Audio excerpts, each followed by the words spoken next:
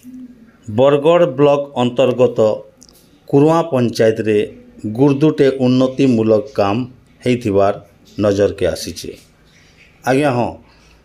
इटा आमे नहीं कहबार गाँव लोके काଣା कहउचन आसुन ताकर मुहनु सुनमा। आज्ञा मुई कुरुआ ग्राम पंचायत पहला सरपंच तिनी सुरेंद्र बेहरा। पंचायत उन्नतिमूलक काम केनता चली दीर्घ 25 वर्ष है कुरुआ ग्राम पंचायत ये डेभलप काम है आप कहले विश्वास नहीं कर सब रोड रास्ता सब माननीय मुख्यमंत्री को बहुत धन्यवाद देवी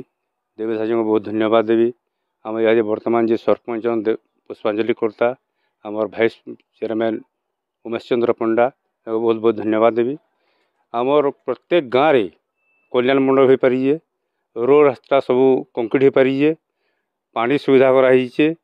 तापर नवीन पट्टनायक आशीर्वाद रू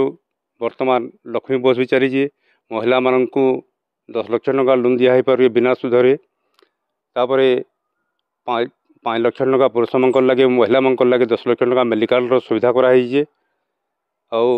नवीन पट्टनायक बहुत बहुत धन्यवाद आउ कथार जे तांकर जो लोकाभिमुखी काम माने चली सब प्रत्येक आम ओडिशा की आम पंचायत रे बहुत काम है विशेष धन्यवाद देवी मुई आउ वृद्धा बुद्धि मान को समस्त पंचायत समस्त भत्ता दिया हो राशन भी समस्ते प्राय पाउजन नहीं किसी असुविधा नहीं कुरुआ पंचायत जितकी प्रकृति प्रति जाऊँगी किसी तार कल्पना करबार भी यहाँ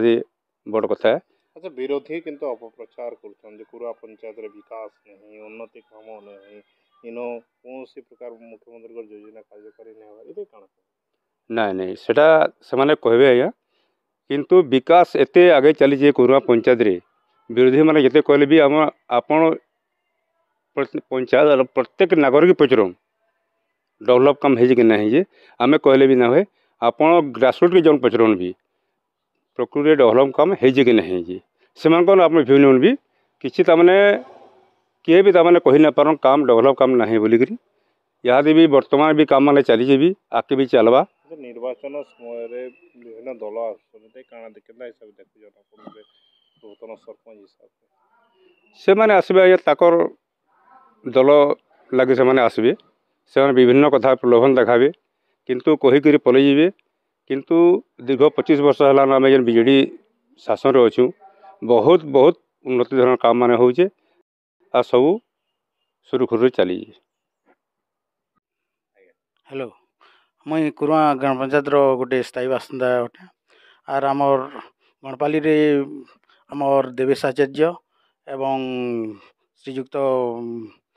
उमेश पंडा एवं पुष्पांजलि करता लगे बहुत किसी उन्नति होइए जेनटा कि आमर हनुमान गुड़ीटे होइए नागवाचा मंदिरटे होइए तापर मंडलीटे होइए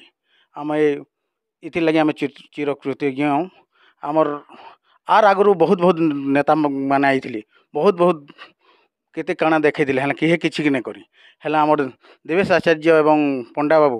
आर आमर पुष्पांजलि करता बहुत किछि करछन आमर पड़ार लागे सेथि लागे आमे धन्यवाद। हाँ नवीन पट्टनायक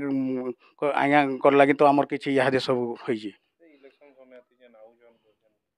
इलेक्शन समय तो बहुत लोग बहुत आणु आउछन आउ केते केते कथा कहि कर जाउछन हले करबार लगे एक गोटे मात्र जेंटा कि नवीन पट्टनायक आगना आज्ञा आमर तो जेनटा कि आमर काम धाम करुछन सेटा ही आमरटा शंख सिन्हा जिंदाबाद है।